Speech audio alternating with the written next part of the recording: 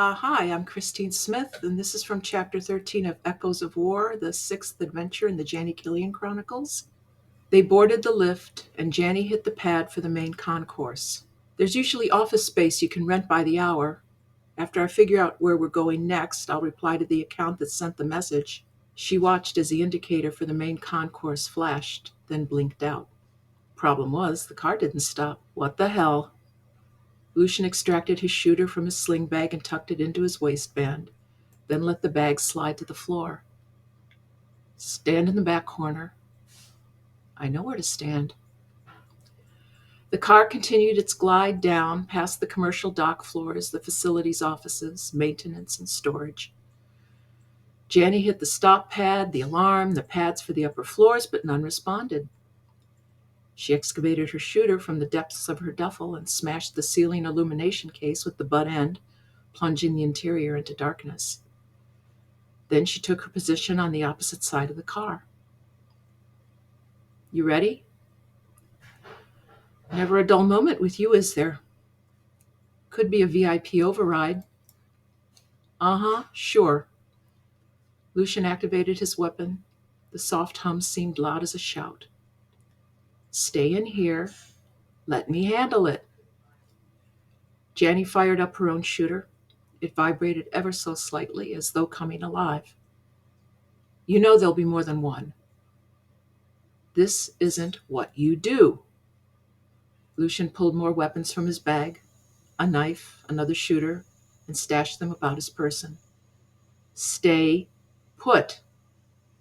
He snapped a band around his wrist, a device that would block any equipment monitoring his approach. If anyone comes in here, take care of it. You've done that before. Otherwise, I want you to be here when I get back because we're going to have to move. You don't even know what's out there. While you were wandering around waiting for Teddy to stick your document in a hole in the wall, I was studying the layout of this station. Lucian's voice came harsh and low. That's what I do. He handed her an earbud and inserted its twin in his ear. Let's keep the chatter to a minimum. Jani shoved the bud in her ear as she watched the floor indicator flash. They had reached the sub-basements, the very depths of the station. One blink, another. Then, finally, they stopped. 6th level down. The car opens onto a landing area with 2 ways in and out. Lucian raised his weapon in a 2-handed grip. You can see the one on the left from where you are. I will go to the right. That feeds into a maintenance chase, and from there to the emergency exits to the docks. That's where they would have gotten in. And if they're waiting for us when the door opens? Jani brought up her weapon. Lucian said nothing.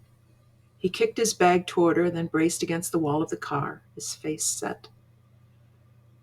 The door slid aside to reveal darkness tempered by a string of emergency illumines dotting the ceiling, their thin green light like a view underwater. Lucian slipped out, the soft padding of his shoes on the bare composite floor the only sound. Jani stepped to the front of the car to check the left-hand corridor and cover Lucian's back. Watched him fade into the dark. After a few moments, she retrieved his bag and slung it over her shoulder so it covered her front as her own duffel protected her back. Not the best shielding in the world, but at least it was something. Then she set out after him. Because not listening is what I do. She hugged the wall, one eye on the left side exit. Did it wrap around to the chase, or was it a dead end? Would have been nice to know, Mr. I studied the layout. Despite the uncertainty of what lay around every corner, of what the hell was happening, she felt oddly focused. Augie's dead. Her service-implanted chill was no more. All she had now was adrenaline and experience and anger. Cold anger. At this attack from persons unknown.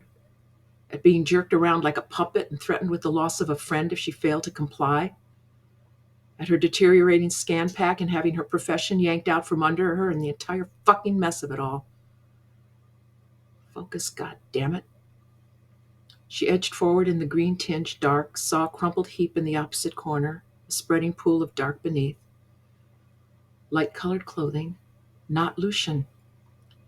She hadn't heard a shooter blast, which meant he'd used his knife.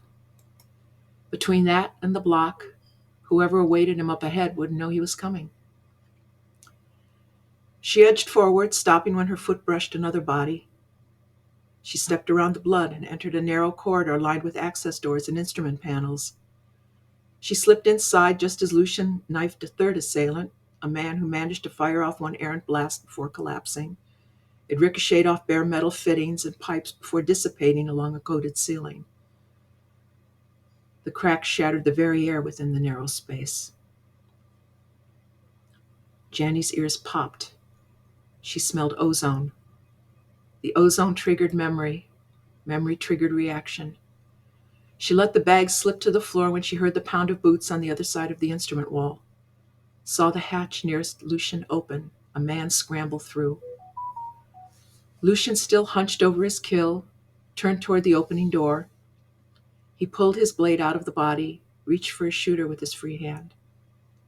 The man had already sighted down. Point-blank range. Jani raised her shooter. Fired. The pulse packet glanced off the man's chest, struck the bare metal hatchway, and rebounded, hitting him in the neck. He yelled and collapsed against the wall, limbs shuddering, smoke rising from his blistering skin, boots sliding on the smooth floor as he struggled to get his feet under him. Lucian raised his weapon to finish the man off, but Jani got to him first. He still held his shooter, but his hand, spasmed from the pulse, couldn't close around it. He looked up at her, eyes narrowed and lips curled, and swore at her in Philippine French, words ragged from his damaged throat. She shoved her shooter in her belt, took his head in her hands, and twisted. Heard the muffled crack of his neck and staggered back as his body slumped against hers, then slid down to the floor.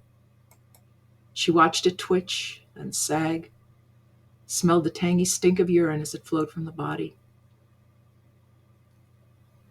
She bent low and looked out through the hatch, saw only an empty corridor and the same sickly green lighting.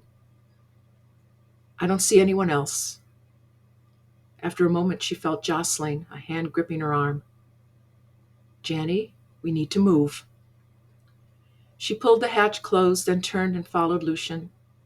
She helped him pry open the cover of a vent access port. Then, one by one, they wedged the bodies into it, cleaned up the mess as best they could, gathered their gear, and headed for the lift. This time the floor pad worked. Jani checked her clothes for blood, sensed Lucian's stare, and found him looking at her as though she were a stranger. Are you all right? I am. Jani looked down at her hands, her cool, steady hands. I am. Okay, Lucian spoke slowly. We need to find Teddy. I would like to talk to him. Jani thought for a moment, then nodded. Yes, I would too. And like I said, that's from Echoes of War, and it will be available at Bookview Cafe on December 5th, 2023.